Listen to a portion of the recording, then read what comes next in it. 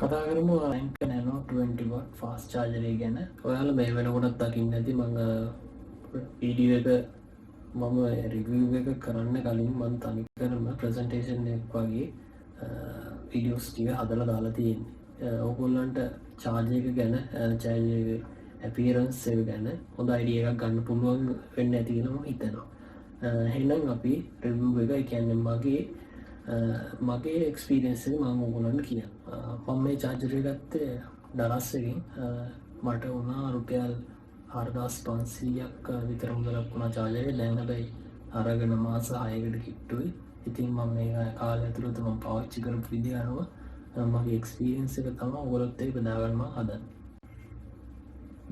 මේ charger එක එන්නේ USB type C port එකක් තමයි dock එකට එන්නේ. එතකොට අපිට වෙනම කේබල් එකක් ගන්න වෙනවා.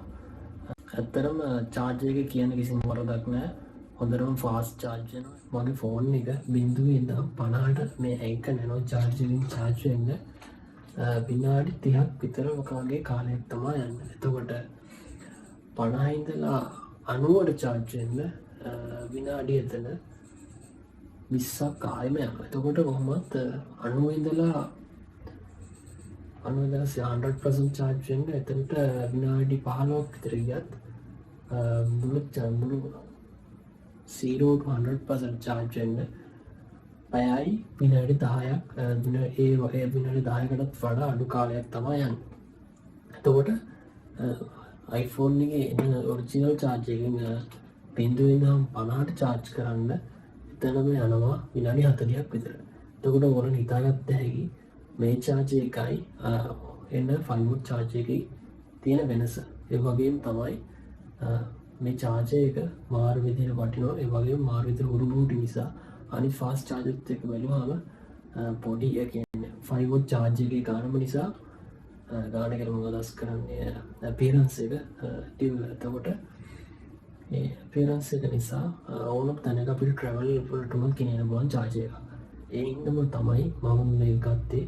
මටත් මේක මාර විදිහට වැදගත් වුණා. ඉතින් ඒක තමයි මම කියන්න ඕන දෙයක් තමයි දැන් මේ මගේ වර්ණත පැත්තේ තියෙන්නේ Apple ලා box එකේ වුණ charger එක. එතකොට මේ මගේ දකුණු අතේ තියෙන්නේ Anker Nano charger එක. ඔයාලට පේන දෙයක් තමයි මේ chargers දෙක ප්‍රමාණය හරිම කිට්ටු. ඒ කියන්නේ හරිම සමානමක් තියෙන ප්‍රමාණය. නේ chargers දෙකම එකම ගාන. ඔයාලට මොන තැනක travel කරන්න වුණත් මේ charger එක මාර වටිනවා. fast chargers නේ අනිවාර්යෙන් trip එක වගේ යද්දි fast charger එකක් තියෙන එක මාන විදිහට වටිනවා සහ මාර විදිහට වැදගත්. ඒ වගේ අවස්ථාවකදී මේ වගේ පොඩි charger එක අපිට pocket එකක උනත් දාන්න පුළුවන්. ඒ වගේ දේවල් කරලා මාර විදිහට වටිනවා.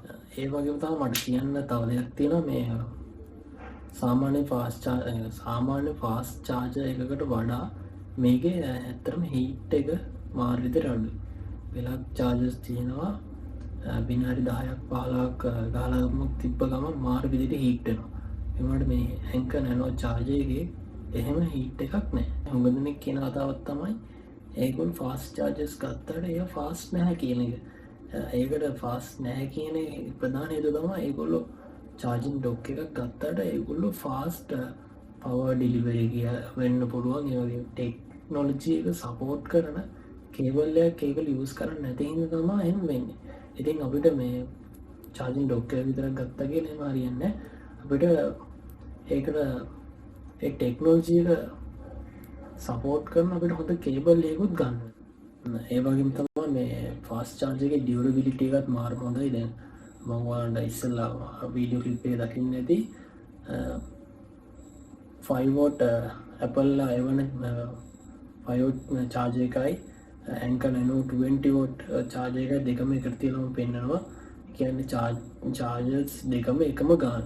එහෙම වුණත් අර durability එක ගත්තාම Anker එකේ durability හොඳයි. කියන්නේ අතර feel වෙනවා ඒක මාර විදියට durability හොඳයි කියන එක.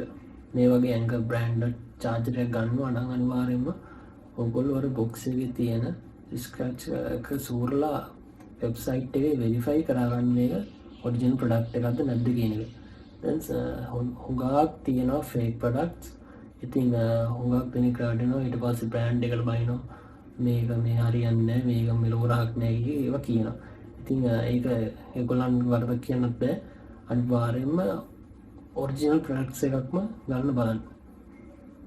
ඔයාලට මොනවාරි කේබල් සම්බන්ධව ඒ කියන්නේ මොකක් හරි චාර්ජින් ඩොක් එකට ඒ කියන්නේ මම ගත්ත කේබල් එක හරි ඒක හෝ මොකක් හරි කේබල් එකක් සම්බන්ධව දැනගන්න ඕන නම් යටි කමෙන්ට් කරන්න මම කියන්නම්. ඔයගොල්ලෝ ෆාස්ට් චාර්ජර් එකක් ගත්තී ඔයගොල්ලෝ බලාපොරොත්තු වෙන්නේ අනිවාර්යෙන්ම ෆාස්ට් චාර්ජ් කරන එකනේ නේද?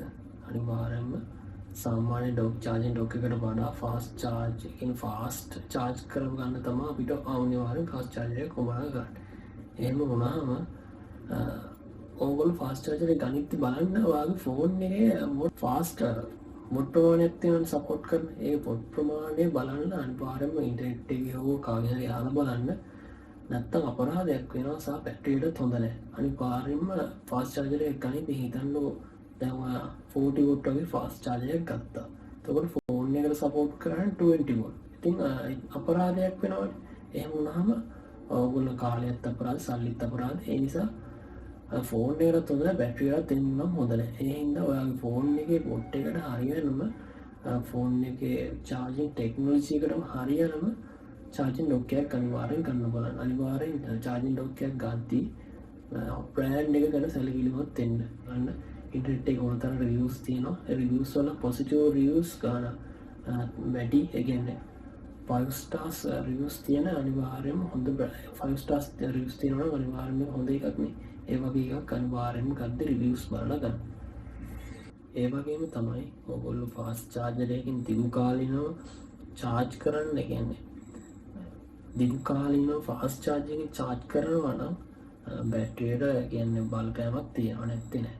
ඒ නිසා මේ හදිසියම අවස්ථාව පමණක් කරෙන්න අනිවාර්යෙන් ෆාස්ට් චාර්ජර් පාවිච්චි කරන්න එපා.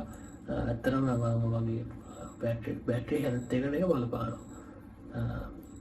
ඔයගොල්ලෝ රෑ එළි වෙනකම් charge කරනවා නම් අනිවාර්යෙන්ම එන 5 watt charging එක තියෙන ඒක use කරන්න. එතකොට ඔයගොල්ලෝගේ බැටරියට හොඳයි. ඉතින් නැගිටපු වෙලේ ඉඳන් අපිට පැය දෙකක් වගේ කාලයක් තියෙන්නේ charge කරා ගන්න. ඒ වගේ අවස්ථාවකදී අනිවාර්යෙන් ෆාස්ට් චාර්ජර් වැදගත්. ඒ වගේ අවස්ථාවකදී අරින්න අපි කියන්නේ හදිසි අවස්ථාවක් නැති අවස්ථාවකදී ෆාස්ට් චාර්ජර් එක පාවිච්චි කරන්න එපා. ඒක බැටරියට හොඳ නැහැ ෆෝන් එකේ.